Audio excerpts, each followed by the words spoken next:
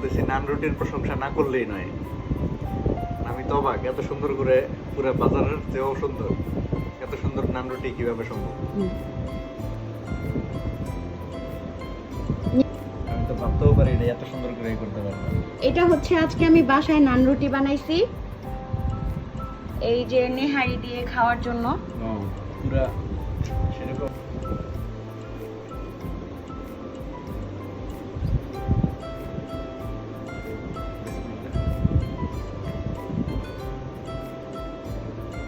নান রুটিটার প্রশংসা করতেই হয়।